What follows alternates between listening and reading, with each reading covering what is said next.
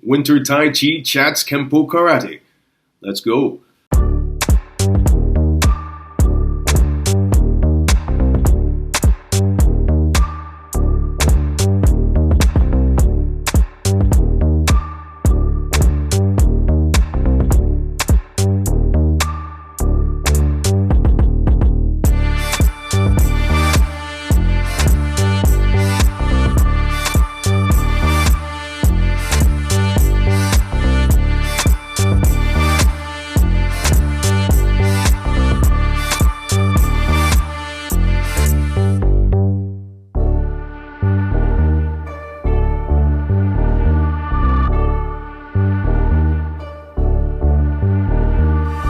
Hey guys, welcome back to the channel, and before we start things, hit that like button, hit that subscribe button. It only helps me and the channel out, man. So, for today's chat, we speak with a martial artist who has been practicing for nearly 40 years. And in that time, he's been honing his skills as a writer to eventually become a best-selling author on YMAA publications. Having taught martial arts in many countries on multiple continents, he expounds a philosophy focused on practicality, discipline, and problem solving. Please welcome Sensei Jason Brick. How are you doing today, sir? I'm doing fantastic. How about your own self, Mark? I'm doing quite all right. I'm actually very, very excited to get underway with this conversation with you, to get into your psyche and so on. So without further ado, let's start things up, sir. So Sensei Brick, how did you start the martial arts, sir? Well, sometimes it's hard to remember because, as you said, it was nearly 40 years ago. This coming November is actually my 40th birthday in the arts. And it started when my dad forced me to join the wrestling team in middle school. He was a very successful wrestler his own self. And I was a nerdy kid. I didn't want to go. I actually cried. But turned out I liked it. And then I ended up loving it. And I wasn't a great wrestler, but I was a good wrestler. And then I tried wrestling in college. And I don't know how much you know about college wrestling, but those guys were nuts. I did not make it even a single season and went on to do other things. To give you an idea of how challenging and grueling college wrestling is, my younger brother was a college wrestler, quit mid-season to join the military, got out of shape during boot camp. His body percentage went up and his mile time went up. He got out of shape during boot camp because that's how grueling and brutal hot college wrestling is. And I just didn't have it in me. But I missed it. And so I spent a lot of the semesters in college doing the semester of Taekwondo, the semester of fencing that you can do in college. Ended up going to a Kempo school in Albuquerque, New Mexico, where I did Kempo and kickboxing. And then from then, it's just been a lifelong addiction. All right. So that's actually a really good start for the martial arts, wrestling. That's a very good base. It really is. And, I did the math one time, kind of to honor my dad, about if you take, the average black belt in North America, which is, somewhere between 4 and 5 years of training, and the average student who goes 2 or 3 times a week for an hour and goes to the occasional tournament, and tally up the number of hours of training and the number of iterations of competition. If you wrestle for all 4 years of high school, you've got about as much time in there as a second dan black belt. And like a Division I college wrestler is roughly the equivalent of a 5th dan black belt in terms of time on the mat and iterations of competition. So any wrestlers out there who think you're not martial artists, which is a myth that I think the UFC especially is completely debunked, dude, you got serious skills, and we should honor that commitment in that time. My hat's off to all wrestlers, definitely. When you put it into that kind of perspective, there, Sensei. Wow, I never really thought about that. Right, a wrestler, a 2-year wrestler, or what were you saying? A 2-year wrestler. So, like if you did all 4 years of high school, yeah.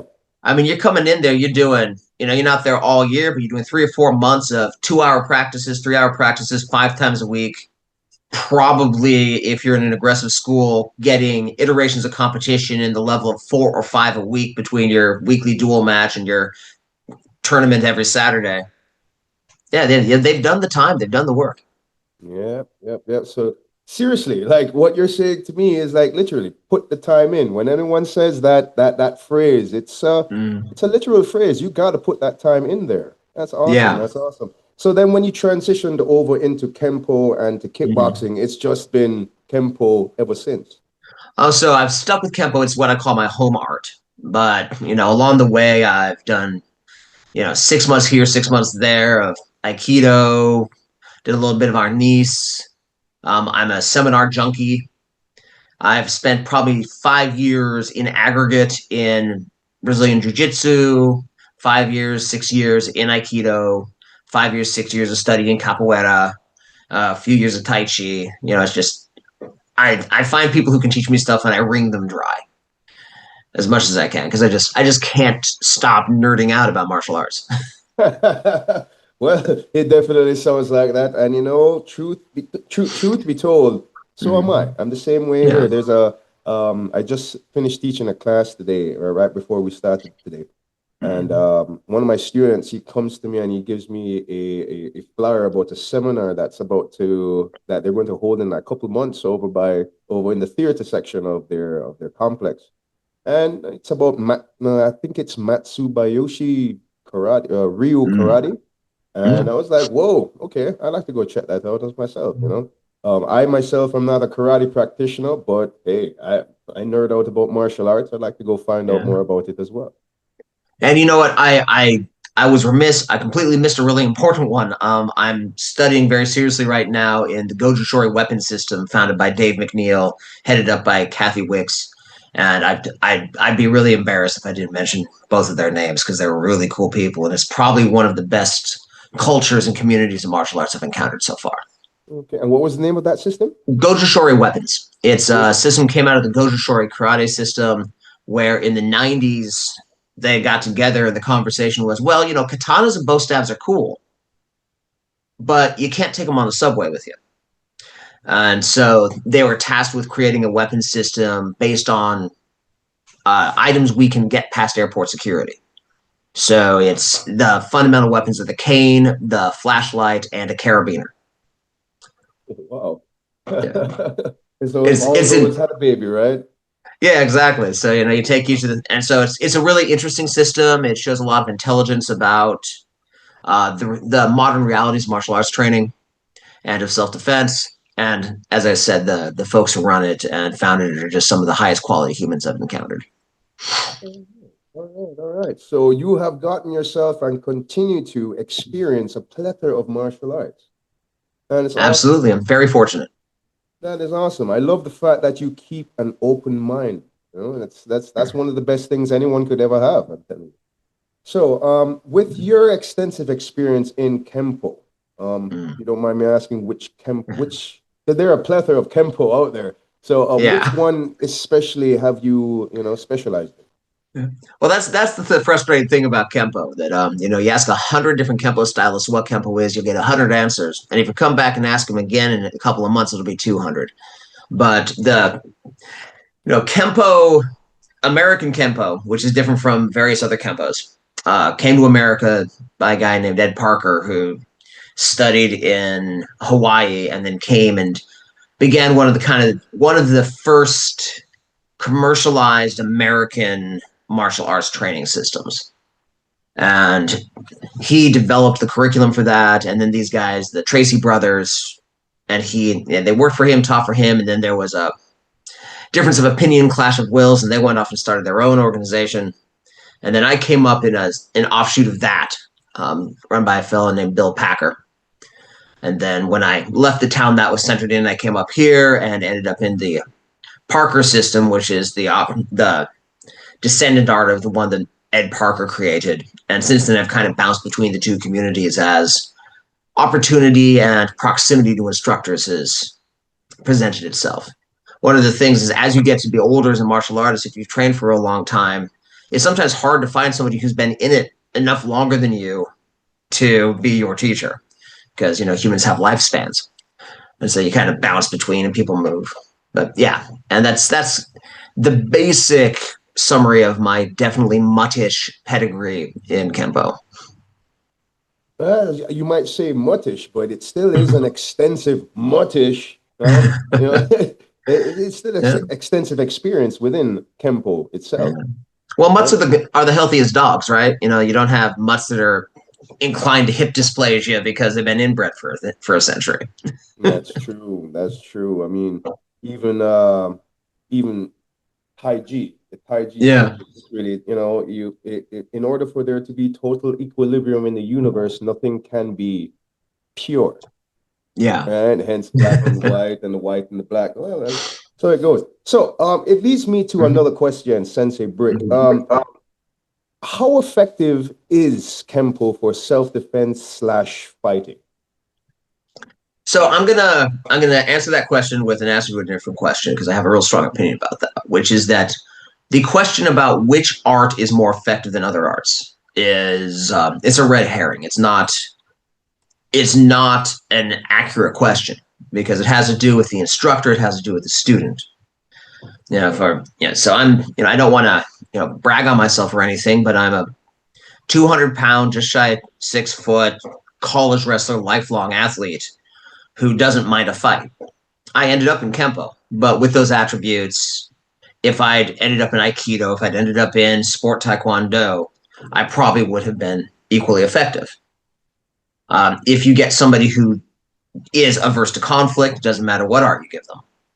If my current instructor in Kempo is a woman who's 5'3", and if she weighs 100 pounds, she's holding a cat. Kempo is effective for her because she's made Kempo effective for her. And of course, beyond my own attributes, I've had very intelligent and effective teachers with real world experience. And I believe that those teachers, if they've been teaching me, the art isn't as important as the people inside of the art. Now, that said, Kempo is designed with a very specific practical approach to self-defense. It doesn't have a lot of the you get in others. And I would rate it as, pretty good for effective self-defense, although not nearly as good as most of the practitioners think it is. That's awesome. There's something that literally stood out. What you literally just said was the art itself is not as important as the people who are in it. Yes. And that in itself is so true, Sensei. That is very true, right? So honestly, that answer, it's the best answer. So it's the person who's important and not the art itself, because it's the person who has to decide what to do with the art. The art in that instance is a tool, right? Yeah. Just like any other tool. That's a great answer there, sir. That's a very, very great answer. Thank you very much. Go ahead. Yeah, my buddy, if you put a hammer in his hand, he can build things. Put a hammer in my hand, I can hurt myself. It's, the tool's not as important as the person who's wielding it. It's the knowledge of how to do it, right? Yeah. I remember speaking with somebody, I believe, I can't tell you exactly who it was right now, but I remember them telling me, yes, it was a Dr. Love, right? He's a Qigong teacher, and he's a Chinese medicine doctor. He was literally saying that, there's a doctor who you go to him and you tell the doctor, hey, this is such and such is wrong with me, right? Mm. And the doctor would then look at you and say, why? Okay, what did he do yesterday? Or what did he do the day before? And then when you tell him, well, the doctor will then answer you and say, okay, do such and such from the information that you told him for a week and come back to me and tell me if you have the same symptoms or something. Right? True to instructions, he comes back next week and he doesn't have the same symptoms. He's like, you cured me, right? You everything that you told me, everything's done, it worked. And then the doctor then looks at him and then gives him a bill, right? Yeah. And he looks at the doctor and he says, well, you didn't do anything. And he's like, but I didn't solve your problem. Right? Yeah. So it's along the same lines there. You have to, it's the person, not the tool. Right. So exactly. I do see. Absolutely agree. So it brings me to another question, right? I'm full of questions, sir. What do you believe is the hardest part of developing Kung Fu, knowing that Kung Fu means skill? Well, different answers for different ages. As somebody who is, I'm in my 40th year, which means I'm redacted years old. And the biggest challenge is kind of change for the time of life you are. For young men or teens in the martial arts, it's usually the discipline and the consistency to keep coming.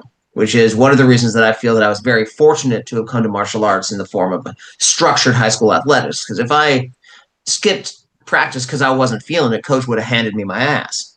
So that discipline and consistency that's very hard for young people to get was cured. And for young men in particular, there's also the not getting yourself killed or hurt badly by being stupid because you know some karate, which I think that's an endemic problem with young men. I don't mean to be sexist, but life is sexist. Young men are dumber than young women, and we're much more often dumber in this particular way. So, when we're young and dumb and fall, you know what? Those are the issues. Now, as adults, it's usually just finding the time to keep your practice up. Because, you got your career, you got your relationship, you've got your kids maybe, and there's just finding the time to keep practicing is, I think, the biggest challenge for adults. And now that I'm middle-aged, the big challenge for me is remembering that I'm not 20 and not going and doing a workout that's going to lay me out for 3 days, or practicing a move that I could pull off when I was 27 but will break something in me now.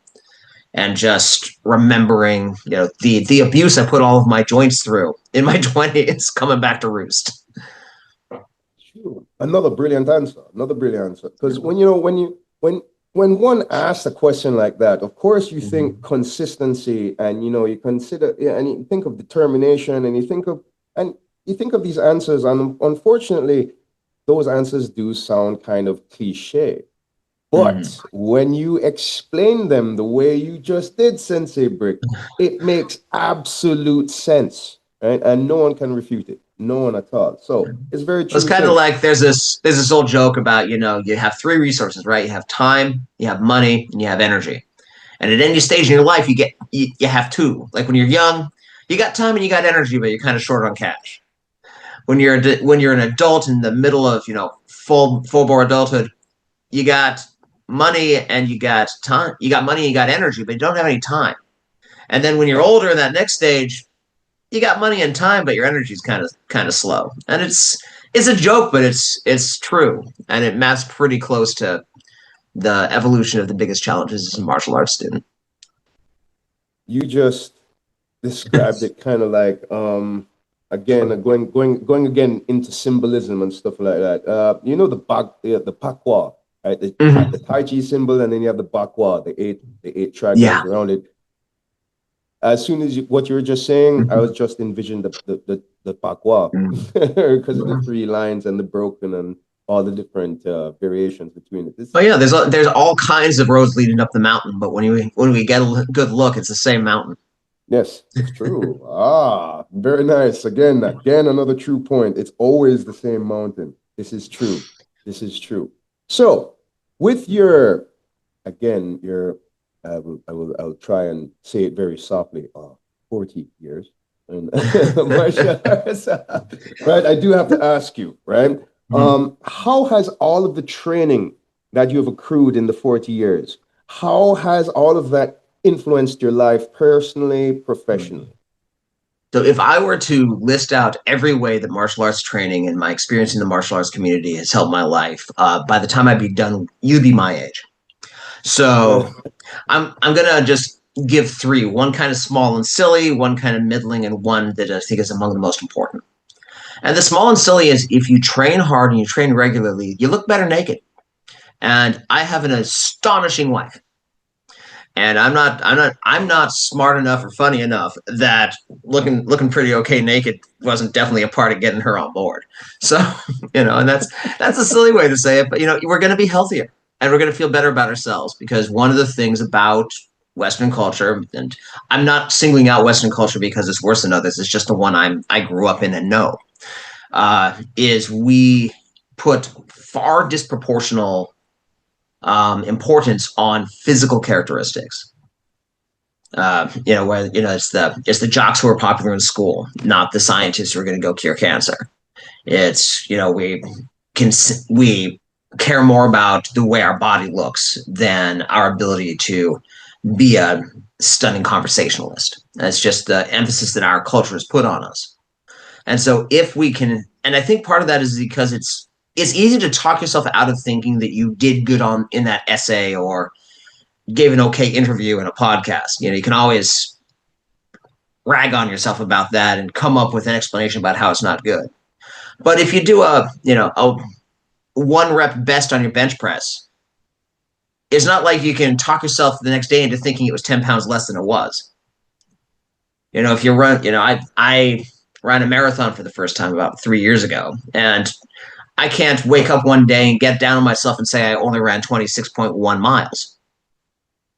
You know, when you look and you look at the scale, you look at your accomplishments in a physical endeavor, those are irrefutable in a way that more important characteristics like our sense of humor, like our personal resilience, like how kind we are, that they're squishier to measure and easier to talk yourself out of thinking you did good.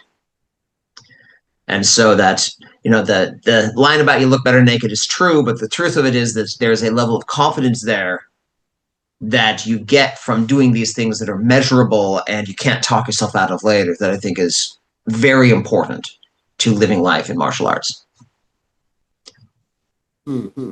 Again, you're just full of these absolutely incredible answers, Sensei Brick. Right? Well, sir, I'm not a smart man, but I listen to smart people and I remember what they told me. And I'm often astonished by how hard it is for some folks to tell the difference between that.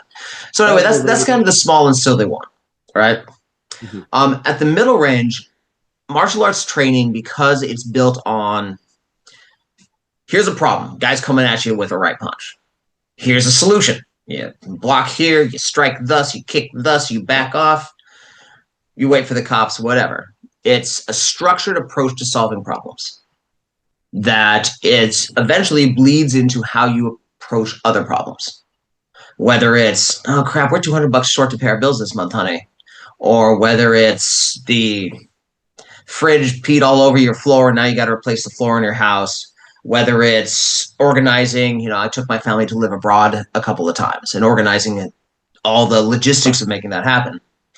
Martial arts teaches a systematized, confident approach to solving problems that if you do it long enough, goes off of the mat and into how you lead your life. Very nice. Very nice. I do see it. I completely see it. And I 100% agree with you. Yeah, I'm sure you have the same experience. Yes, I do. Yes, trust me, I do. And that is exactly why I completely agree with you, sir. That is sound, completely sound. Well, thank you. And for me, the most important, because I promised you 3, and the most important to me is, and Bob, he was a senior instructor in Kempo. He passed about a year ago. He said it really well. I'm sorry about that, Sensei Brick. I'm sorry about that. When you said his name, we had a little bit of lag right there in the transition. So who was that again? It's Bob White. Bob White. Okay. And he passed recently, but he and I were talking. He was on my show, interviewing me on my. I was interviewing him on my show about martial arts for kids, and he had a point. And what he said was that, for kids, martial arts you can take or leave, but spending time with martial artists is immeasurably beneficial. And I feel like, the biggest thing martial arts has done for me has been put me into contact with other martial artists. And martial artists are generally really, really good humans. They're smart, they're funny, they're driven, they're disciplined, they're compassionate. And spending time with those people has made my life so much better than it would have been without those people. Very true. Very true. I mean, you could always look at it from the perspective of, hey, you're always better off with anybody who comes into contact with you, whether it be a negative or a positive situation. Yeah. And there's always a positive to get out of it. And there's always an opportunity to learn. Right? I completely 100% agree with you. And, I never really thought about martial artists like that, but you making me think about it, I'm like, yeah, I do 100% think like that. Because once I hear somebody has martial arts experience or they do actively practice martial arts, just like me, whether it's a different martial art or not, there's some form of kinship right there. Yeah. I'll give you a little bit of an example with that. Okay, I'm originally from Jamaica. And my wife is originally from Argentina. And when we went into the interview for her citizenship, the interviewer, we were so nervous, like he could tell we were nervous. And on our application, it had said, "What are your hobbies?" And both of us, we practiced Kung Fu at that point. And so we just said Kung Fu. And the interviewer saw that. And as soon as he saw that, he looked up with us and says, "Hey, I practice jujitsu." And then all three of us were just like, "Oh, wow." We all instantly felt, more comfortable in the whole Yeah. situation. And then we could talk. And then we had a really good interview from there. Right. So to your point, I agree with you 100% because it is so true. Right. Absolutely. And that puts on a piece of advice that I give students of mine is if you have a black belt, always put it on your resume if you're looking for a job. Because when the person interviewing you sees it, one of two things happens. First thing is if they are also a martial artist, they're like, "Hey, brother," right? Yes. And if they're not a martial artist, they think it's harder to do than it actually is. That is true. That is true. Or they think it's something completely different than what it really is. Yeah.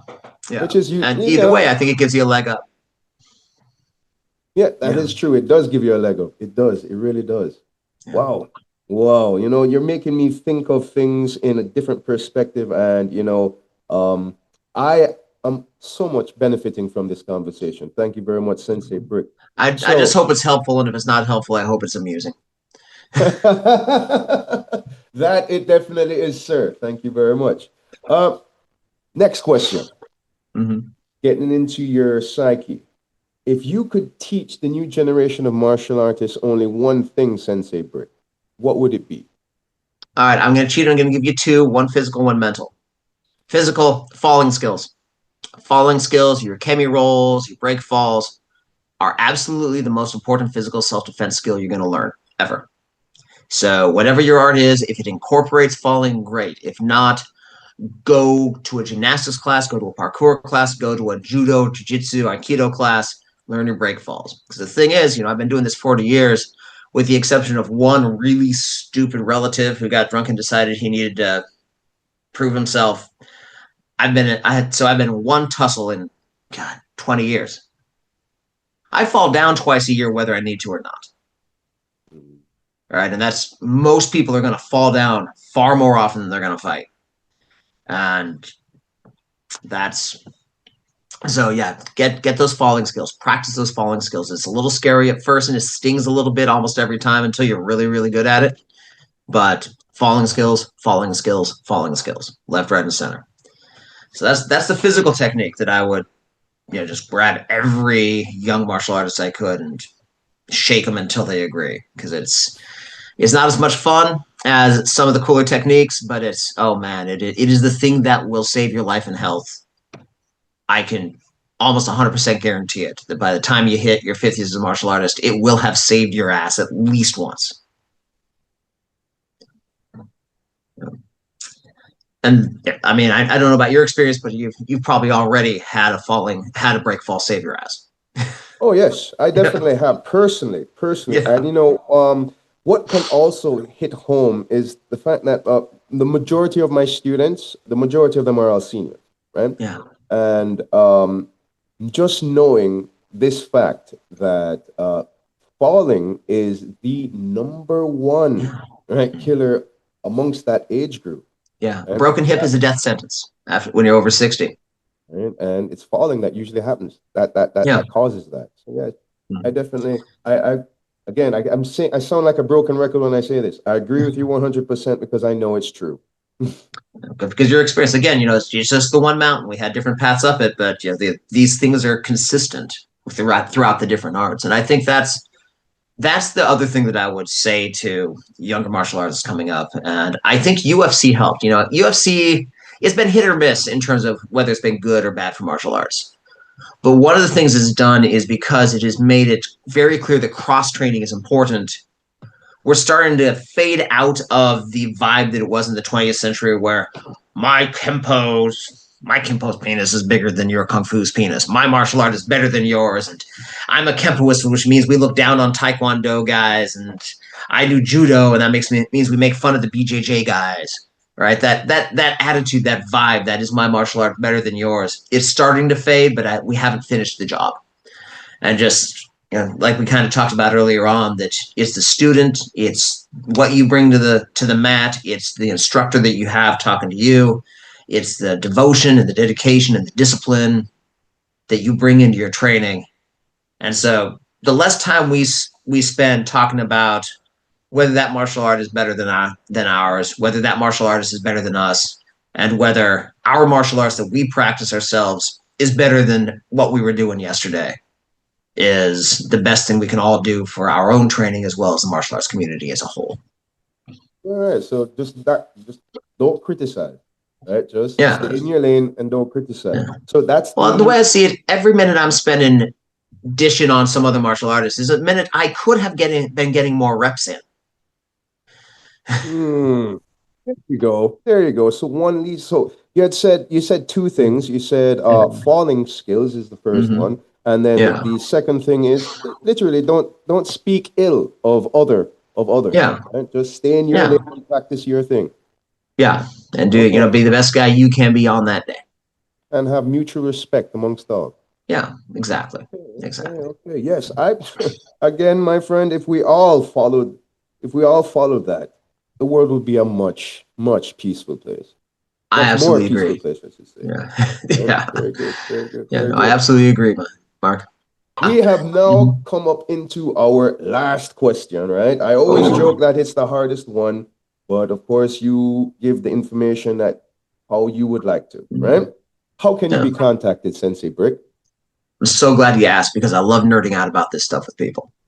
So I have my own show, Safest Family on the Block, where I take my experiences as a journalist, as a father, and as a martial artist, and I find safety experts to talk to about martial arts. And one of the things that makes my channel a little different than most others is most of the safety channels out there, they focus on crime prevention, which is important. But crime hurts a very small number of kids overall. So yeah, I will have a police officer on there one episode to talk about crime prevention, but the next one will be with a paramedic about, hey, what are the injuries you see most often and how can we avoid them? And the next one is with a suicide counselor, and the one after that will be with a nutritionist and a driving instructor and a dog trainer and just anybody I can find. So it's a wide variety of topics about keeping our families safe. So that's a place you can find my work. There's a book by the same name, Safest Family on the Block, out through IMAA. It's that best-selling book you talked about in the intro. I'm very proud of it, and I'm very impressed by the number of people who brought information to me just so willingly and so giving.